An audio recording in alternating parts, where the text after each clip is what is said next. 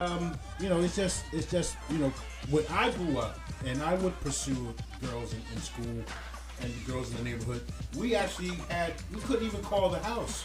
You couldn't get past mom and dad on the phone. Like, hey, can I speak to Andrea?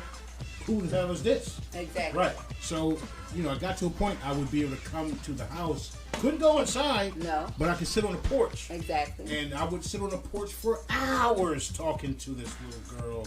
And we just out here just twiddling our fingers, trying to sneak touch each other.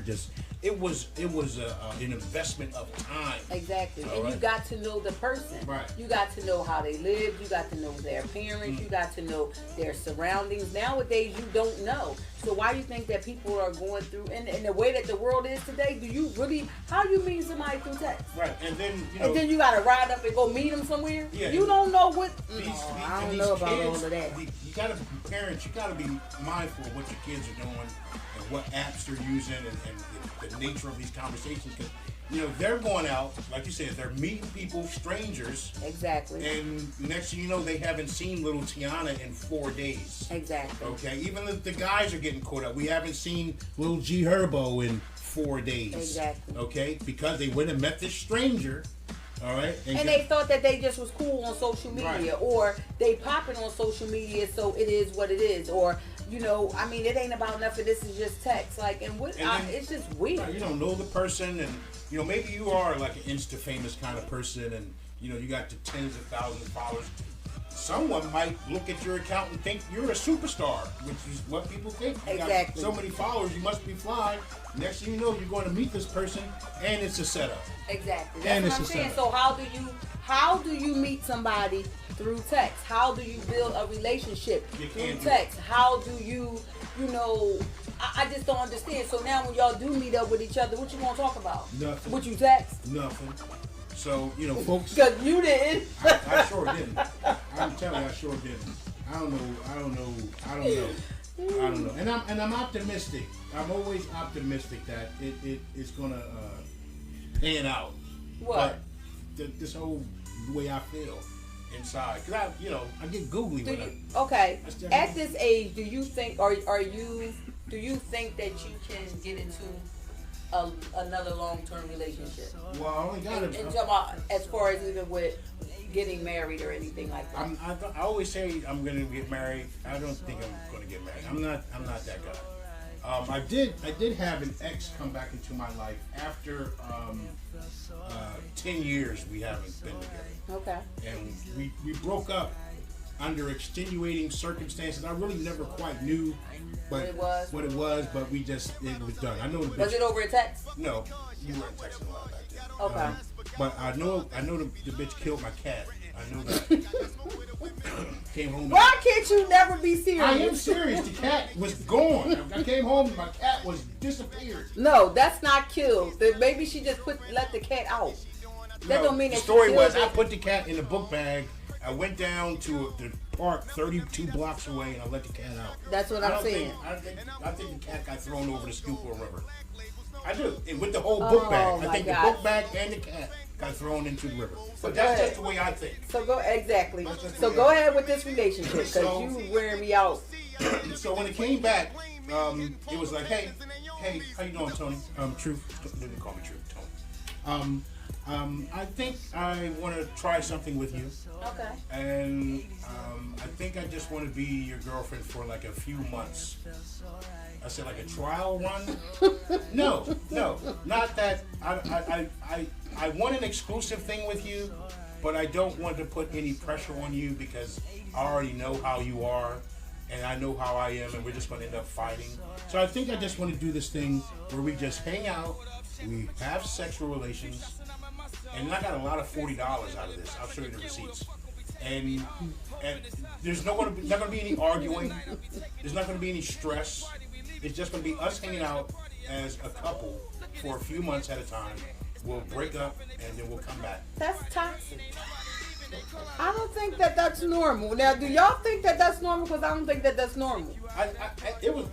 I'm on a break now. We did it from We did it from July, August, up until we were supposed to go to California in September, and something happened with my funds. I couldn't make it. So now we're on a break for the holiday season. We'll come back and revisit it in January. All right. I don't know. I don't think that You don't think that's? I'm going to get into a relationship at all. I mean, you know, without that, I got the Roach Queen. Well, leave the Roach Queen alone, because she is terrible. She is terrible. Yeah, I don't think so. I don't think that a long term is what's your idea of a toxic relationship? What turns it toxic? Is it when the police are called? Is that the toxic part of it? No, I think the mental part of it is just toxic. I think, like, for someone to tell you that they want to just deal with you on and off, this, that, and that, and then all of a sudden just one day just get up and then no longer just want to be bothered, then call you a few months later like, hey, like ain't nothing never happened. That is toxic. I see so much toxic stuff going on social media, it just wears me out sometimes. But I got to be on social media because of what we do. If I didn't really have to be on here, I probably would take a break. Because some of the things that I see, I'd be like, that is weird. But I guess weird is normal now. Weird is the new normal. I mean, but weird is good sometimes. But some of this weird is clown weird. I hate clowns. I hate the circus. So why would I want to entertain clown weird? Right.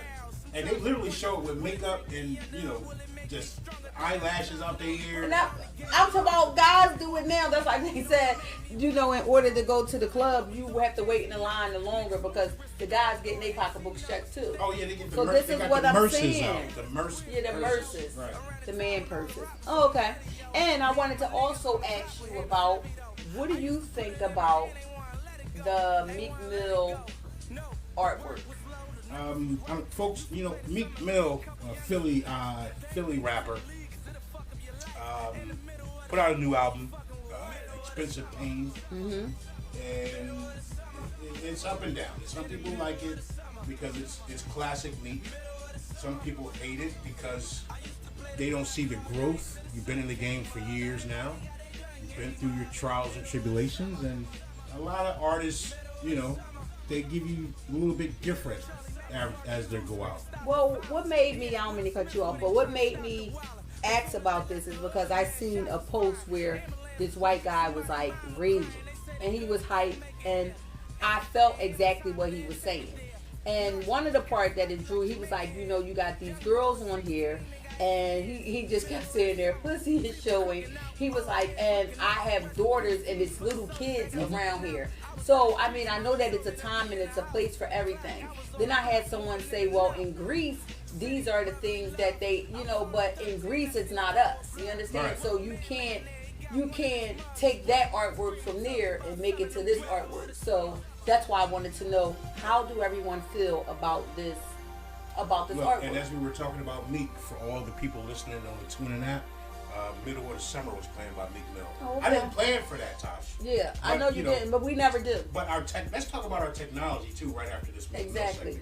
But yeah, I want to know, how do you feel about it? How do you feel about the artwork? Do you think that it's too much? Do you think that it's not enough? Do you think that it's just, you know, it is what it is? Like, what do you think? I think with cancel culture being what it is today, and just 2 weeks ago, Lil Nas X was the Antichrist.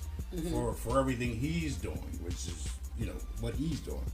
But then you have Meek Mill on the other side of the spectrum, with naked artwork being naked cartoon artwork, cartoon or animated, anime, whatever it is. Animated. It's still naked, because that's a different porn category. Naked anime, and that is actually low key kind of hot. But do you think that it's hot enough to really be riding around in the city? I don't think like that. Or I think he should. I think he should have just said, you know, I'm not going to give him that part of the album cover. Maybe I'm going to put birds up instead. I think that's what he should have done. But who am I to tell him what he should do? Because he's we're just talking on the subject. It's not. I mean, nobody's not judging anything that's going on. It was because, like I said, I saw this post and the guy was he made perfect sense. And he did. He said, "I'm from Philly, exactly, and I should support Meek Mill But I don't support this. Yeah, no, he said he do support Meek Mill, but he don't support that. And then he then he bust out and said, "Black women, do you want to be seen as a bitch on a poster on a thing with your pussy hanging out?"